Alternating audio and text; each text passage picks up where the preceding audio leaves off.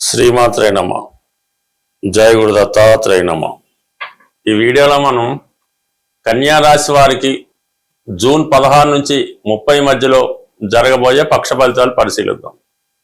ఏదైనా కన్యా రాశి వారి యొక్క అదృష్టం మారబోతుంది.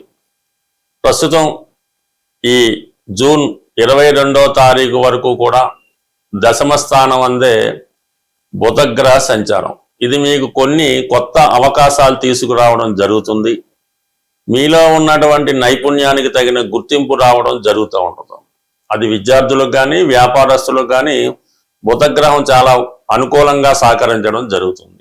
దీనివల్ల ఏర్పడినటువంటి భద్ర మహాపురుష యోగ ప్రభావంతో మీ యొక్క సామర్థ్యానికి గుర్తింపు రావడం జరుగుతుంది. ఏ పనైనా ధైర్యంగా ముందుకు వెళ్ళగలుగుతూ ఉంటారు.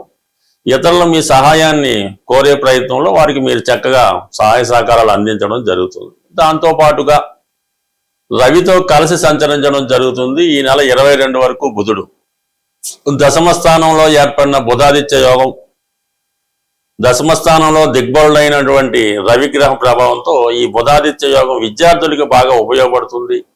ఏదైనా ఉద్యోగం మారాలని మీ ఆలోచన, ఒక ట్రాన్స్ఫర్ కావచ్చు, వేరే చోటుకు మారాలనుకోవచ్చు, లేదంటే కొత్త ఉద్యోగం చూసుకోవాలని మీ ప్రయత్నం చాలా వరకు నెరవేరుతుంది. ప్రస్తుతం వస్తున్నటువంటి ఆదాయంతో పాటు అదనపు ఆదాయం కొరకు మీరు చేసే ప్రయత్నాలు చాలా వరకు ఫలిస్తాయి. అయితే జూన్ 22 తర్వాత ఈ బుధుడు 11వ స్థానంలోకి రావడం జరుగుతుంది.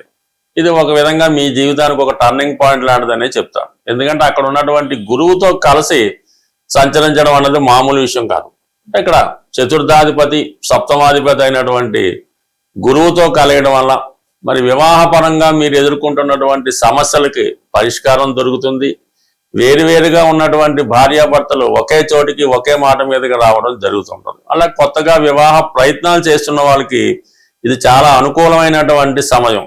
మీరు సిన్సియర్గా ప్రయత్నం చేయాలే తప్ప మీరు ఎటువంటి పెళ్లి సంబంధం కొరకు లేదంటే అమ్మాయి కొరకు అబ్బాయి కొరకు ఎదురు చూస్తున్నారో అటువంటి వివాహ సంబంధం మీకు నెరవేరే అవకాశం ఉంది. తల్లిగారితో ఉన్నటువంటి మీ విభేదాలు సమసిపోతాయి. విద్యాపరంగా మీరు ఎదుర్కొంటున్నటువంటి సమస్యల నుంచి బయటపడడం జరుగుతుంది. ఇవన్నీ ఒక ఎత్తు అయితే శుక్రగ్రహంతో కలిసి సంచరించడం, ఇది జీవితంలో మీరు ఏదైనా పిహెచ్డి లాంటి డిగ్రీ చేయాలన్నా ఉన్నత విద్య కొరకు వెళ్ళాలనుకున్నా అది చాలా అనుకూలంగా ఉంటుంది. ప్రధానంగా స్నేహితులందరూ కూడా ఎప్పుడో చిన్నప్పుడు చదువుకొని మంచి స్థాయిలో ఉన్నటువంటి స్నేహితులంతా ఒక చోట కలుసుకోవడం, అందరూ కలిసి ఏదైనా ఒక నిర్ణయానికి రావడం జరిగే అవకాశం ఉంది. అలాగే మీకు ఆర్థిక పరంగా కానీ విద్యాపరంగా కానీ ఏ విధమైన సహకారం కావాలన్నా కూడా చాలా వరకు మీ ఫ్రెండ్స్ ఎదురు చూడడం జరుగుతూ ఉంటుంది. అంటే ఎక్కువగా ఈ కన్యా రాశి వారికి బంధువుల కన్నా స్నేహితులు ఎక్కువ సహకారం చేస్తూ ఉంటారు. వీళ్ళకి ఏ అవసరం వచ్చినా ఎటువంటి ఆపద వచ్చినా ముందుగా వీళ్ళకి స్నేహితులే గుర్తొస్తారు. దాని విధంగానే వాళ్ళు స్నేహితులు ఇతనికి సహకరించడం జరుగుతుంటది. కాబట్టి అటువంటి మంచి స్థితిలో ఉన్నటువంటి స్నేహితులు ఈ సమయంలో మీకు సహకరిస్తారు. ఇదే సమయంలో మీ భర్త గారికి లేదంటే మీ భార్యకి మీరు ఏదైనా ఉద్యోగ ప్రయత్నం చేస్తుంటే ఆ ఉద్యోగ ప్రయత్నం చాలా వరకు నెరవేరే అవకాశం ఉంటుంది. ఇక ప్రధానంగా మరి సప్తమంలో శని భగవానుడు వివాహపరంగా అడ్డంకులు ఏర్పడుతున్నప్పటికీ భార్యాభర్తల మధ్య ఏదో విధంగా ఫిజికల్గా దూరం అవుతున్నప్పుడు కూడా ప్రస్తుతం ఉన్నటువంటి గురువు లాభస్థానం నుంచి వీక్షించడం వల్ల ఇటువంటి వివాహపరంగా భార్యాభర్తల పరంగా అనారోగ్య పరంగా ఏ కారణం వల్ల అయితేనే భార్యాభర్తలు విడిగా ఉంటున్నారో ఆ సమస్యలన్నీ పరిష్కారం అయి అది మీకు అనుకూలంగా మారే అవకాశం ఉంది. ఇక కుజుడు అష్టమ స్థానంలో ఉండడం వల్ల జూన్ 20వ తారీఖు వరకు ఏదైనా ప్రయాణాలు చేస్తున్న వాళ్ళు జాగ్రత్తగా ఉండాలి. ప్రమాదకర వృత్తుల్లో ఉన్న వాళ్ళు కూడా జాగ్రత్తగా ఉండడం మంచిది. వాహనాలు వేగంగా నడుపుతున్న వారు కూడా ఈ విషయంలో కొంత జాగ్రత్త అవసరం. సడన్ గా ఏదైనా జరిగే అవకాశం ఉంటుంది. అయితే జూన్ 20వ తారీఖు తర్వాత కుజుడు భాగ్యస్థానంలోకి రావడం జరుగుతుంది. ఇది ఒక విధంగా మీకు ఏదైనా ఆర్థిక పరంగా దూర ప్రాంత ప్రయాణాలు చేయడం కానీ వ్యాపార పరంగా వేరే ప్రాంతం సందర్శించడం కానీ గతంలో మీకు విరోధులుగా ఉన్నవారు కొంత మిత్రులుగా మారడం, అలాగే మీ పిల్లల యొక్క అభివృద్ధి మీకు కొంత ఆనందాన్ని సంతోషాన్ని కలిగించే అవకాశం ఉంది. బట్ ఏదైనా ఈ రాశి వారికి అటు దశమ స్థానంలో ఉన్నటువంటి రవి దిగ్బలుడై ఉండడం వలన మరి ఇది ప్రభుత్వ ఉద్యోగులు చాలా పర్ఫెక్ట్గా చాలా సిన్సియర్గా పనిచేస్తారు. మీ కష్టానికి తగిన ఫలితం కాకుండా అదనపు ఫలితం, అంటే మీరు 10% కష్టపడితే 30% పైన లాభం వచ్చే అవకాశం ఉంటుంది. సో అలాగే చాలా గ్రహాలు మీకు ఈ పక్షంలో అనుకూలంగా ఉండడం, అలాగే మీరు వృత్తిపరంగా ఎదగాలనుకునే వాళ్ళకి ఇది చాలా బెస్ట్ టైము. చిన్న ప్రయత్నంతో గొప్ప ఫలితాన్ని మీరు ఈ సమయంలో సాధించబోతున్నారు. ఈ పక్షంలో చాలా మంది ఆర్థిక పరమైన సమస్యలు ఉన్నాయి, అప్పులు పెరిగిపోతున్నాయి, మరి బాధ్యతలు సక్రమంగా మేము చేయలేకపోతున్నామని చాలా మంది విచారం వ్యక్తం చేయడం జరిగింది. ఏదైనా ఆర్థిక పరమైన సమస్యలు ప్రతి ఒక్కరి జీవితంలో ఏదో సమయంలో రావడం జరుగుతూ ఉంటుంది. సో దానికి పరిష్కారం అంటే ఆర్థిక సమస్యలకి కుజుడే కారణం అవుతూ ఉంటాడు. కుజుడు, భూమి, అన్నదమ్ములు, భార్యాభర్తలు, స్నేహితులు, వీటి కారణంగానే చాలామంది అప్పుల పాలవుతూ ఉంటారు. సో వాటికి సరైన పరిష్కార మార్గం ఏంటంటే, మీరు ఆంజనేయ స్వామి విగ్రహాన్ని అంటే పూర్తిగా స్వచ్ఛమైనటువంటి కాపర్తో, రాగితో తయారు చేయాలి. ఏమాత్రం డొల్ల లేకుండా ప్యూర్గా ఉండాలన్నమాట, చాలా సాలిడ్గా ఉండాలి. సుమారు 6 అంగుళాల ఎత్తు, 6 అంగుళాల ఎత్తు అంటే మనకి ఉంటే సరిపోతుంది. నిల్చున్న విగ్రహమే ఉండాలి మీకు. కూర్చున్న విగ్రహం ఒకదానికి పనిచేస్తుంటుంది. కొంతమంది ఈ సంజీవ పర్వతాన్ని మోస్తున్నటువంటి విగ్రహాన్ని కానీ ఫోటోను కానీ పెడుతుంటారు. అది కొన్నాటికి పనిచేస్తుంటారు. ఇప్పుడు ఉన్నటువంటి సమస్యలకి రెడీ టు మూవ్గా ఉండాలన్నమాట ఆంజనేయ స్వామి వారు. అటువంటి కాపర్తో చేసిన విగ్రహాన్ని మీరు తయారు చేయించుకొని పూజా మందిరంలో పెట్టుకోవాల్సి ఉంటుంది. బ్యాక్గ్రౌండ్గా సీతారాముల పట్టాభిషేకం ఫోటో పెట్టుకోవాలి. మిగతా ఫోటోలు మీ ఇష్టం. ఈ సీతారాముల ఫోటో లేకుండా, వాళ్ళని పూజించకుండా ఆంజనేయ స్వామిని మీరు ఎంత పూజించినా కూడా మీ టైం వేస్ట్. ఆ పట్టాభిషేకం ఫోటో మీరు పెట్టండి.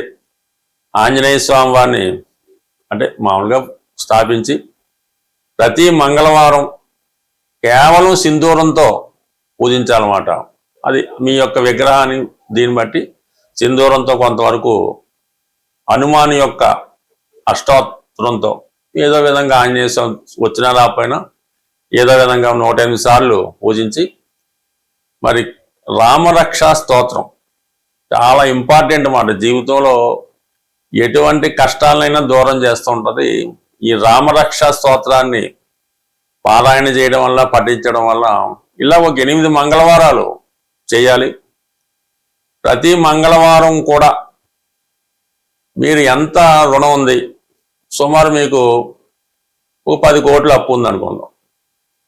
10 కోట్ల అప్పు ఉన్నప్పుడు 10 100 రూపాయల నోట్లు, అంటే 10 రూపాయల నోట్లు, అంటే 10 కాయిన్స్ మరి ఆంజనేయ స్వామి వారి పక్కన ఒక మట్టితో చేసినటువంటి హుండీ లాంటిది పెట్టి అందులో ఆ విధంగా ఆ సంఖ్య వచ్చేలాగా వేసుకోవాలి. 10 లక్షల అప్పు ఉంది, 10 రూపాయలు అందులో వేద్దాం. ఇలాగ మీరు ఒక 8 మంగళవారాలు ఆంజనేయ స్వామి వారిని పూజించుకోవడం వల్ల ఎంతో కొంత దాన్ని రెట్టింపు చేస్తూ వెళ్ళిపోవాలన్నమాట మీరు. అంటే అది మీరే ఎవరికి ఇవ్వక్కలేదు, హుండీలో కూడా వేయక్కలేదు. ఈ వారం మీరు 100 రూపాయలు వేశారు, నెక్స్ట్ వారం 200, ఆ నెక్స్ట్ 400, ఆ 800, అలాగే ఒక 8 వారాలు వీలైతే అప్పు తీరేదాకా కూడా ఆ విధంగా మీరు రెట్టింపు చేసుకుంటూ వెళ్ళిపోండి. అదే అవుతుంది, ఏం పర్వాలేదు. చివరికి ఒక ఫైన్ మార్నింగ్ మీ మొత్తం అప్పు తీరిపోయే అవకాశం ఉంటుంది. అది కొద్దిగా కష్టమైన, అంటే ముందులో ఈజీగా ఉంటుంది, తర్వాత ఆటోమేటిక్గా తీరిపోతుంటుంది. అయితే ఇందులో హుండీలో వేయడానికి మళ్ళీ మీరు కొత్త అప్పు చేయకూడదు, అది మీరు సంపాదించే ప్రయత్నమే చేయాలి. సపోజ్ ఈ వారం మనం 1 lakh వేయవలసి వచ్చింది, నెక్స్ట్ వీక్ 2 lakhs వేయాలి. సంపాదించే ప్రయత్నమే చేయండి, అంతే తప్ప మళ్ళీ దీన్ని అప్పు చేసి పెడితే మాత్రం ఇబ్బంది అవుద్ది. ఈ విధంగా అంటే మీ స్థాయిని బట్టి చేసుకోవడం వల్ల 100కి 100 రూపాయలు కొద్ది వారాల్లో ఈ రుణం అన్నది 100కి 100 రూపాయలు తీరిపోవడం జరుగుతుంది. దాని తర్వాత మీ యొక్క క్యాష్ బాక్స్లో కానీ, మీరు ఎక్కడైతే బీరువాలో బంగారు నగలు పెడతారో అందులో ఒక చిన్న ఎరుపు రంగు క్లాత్ కొత్తది లైనింగ్ లాంటి తీసుకొని అందులో మీ యొక్క ఒక పిడికెడు కందులు, శుభ్రమైన కందులు ఒక పిడికెడేసి చక్కగా మూట కట్టి, మరి ఆ మంగళవారం రోజు ఆ కుజహోర జరుగుతుండగా మీ యొక్క క్యాష్ బాక్స్లో ఈ కందుల మూట పెట్టడం వల్ల ఈ రెమెడీ మీకు బాగా చక్కగా పనిచేసి మీకున్నటువంటి రుణ సమస్యలకి ఒక పరిష్కారం అన్నది 100% దొరుకుతూ ఉంటుంది. ఇక దాని తర్వాత ఏంటంటే ఇది తీరిపోతూ కామన్గా ఎక్కువగా ఆర్థిక సమస్యలు తీరడానికి ప్రతి ఒక్కరు చేయవలసింది ఏంటంటే, మీకు ఏవైనా బలహీనతలు ఉంటాయి అంటే ఏ బలహీనత వల్ల మీరు రుణంలో పడ్డారో అది మీ మనసుకి తెలుస్తూ ఉంటుంది. వాటిని మీరు స్టాప్ చేయవలసి ఉంటుంది. అది పేకాట వల్ల, స్త్రీ వ్యసనం వల్ల, డ్రింకింగ్ వల్ల, అతి స్నేహం వల్ల, అక్కర్లేని బాధ్యతల వల్ల ఈ విధంగా కొన్ని జరుగుతూ ఉంటాయి. దాన్ని మీరు స్టాప్ చేయవలసి ఉంటుంది. కొద్ది కష్టమైనా సరే కంప్లీట్గా దాన్ని వదిలేయనమాట. అప్పుడు మాత్రమే మీరు ఆ రుణం నుంచి బయటపడతారు తప్ప మీకు ఉన్నటువంటి బలహీనత కంటిన్యూ చేసుకున్నంతకాలం మీరు ఆ రుణం నుంచి ఆ అప్పు నుంచి 100% బయటపడలేరు. కొంత కష్టమైన కొన్ని బలహీనతలను పక్కన పెట్టి ఆదిత్య హృదయం ప్రతిరోజు చదవడం మరి మీ యొక్క రుణ సమస్యలకి ఇది కంప్లీట్గా పరిష్కారం చెప్పే అవకాశం ఉంటుంది. స్వస్తి.